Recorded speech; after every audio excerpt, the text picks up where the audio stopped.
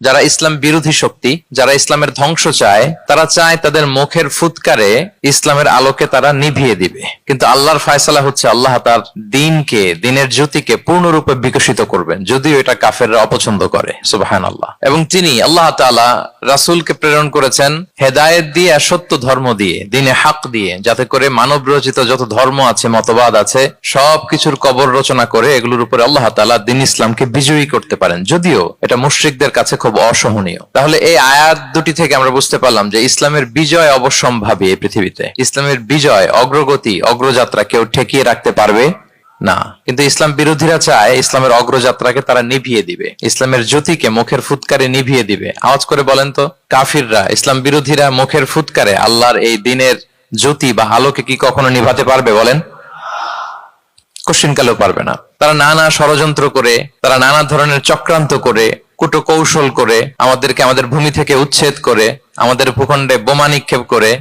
নানা ধরনের ষড়যন্ত্রের ছক এঁকে আমাদের নওজওয়ানদেরকে শহীদ করে, গ্লোবাল সমুদ ফ্লোটিলার মতো নৌবহরকে আটকে দিয়ে ওরা ভাবে যে ওরা ইসলামের বিজয়কে ঠেকায় ফেলবে। আসলে কি পারবে?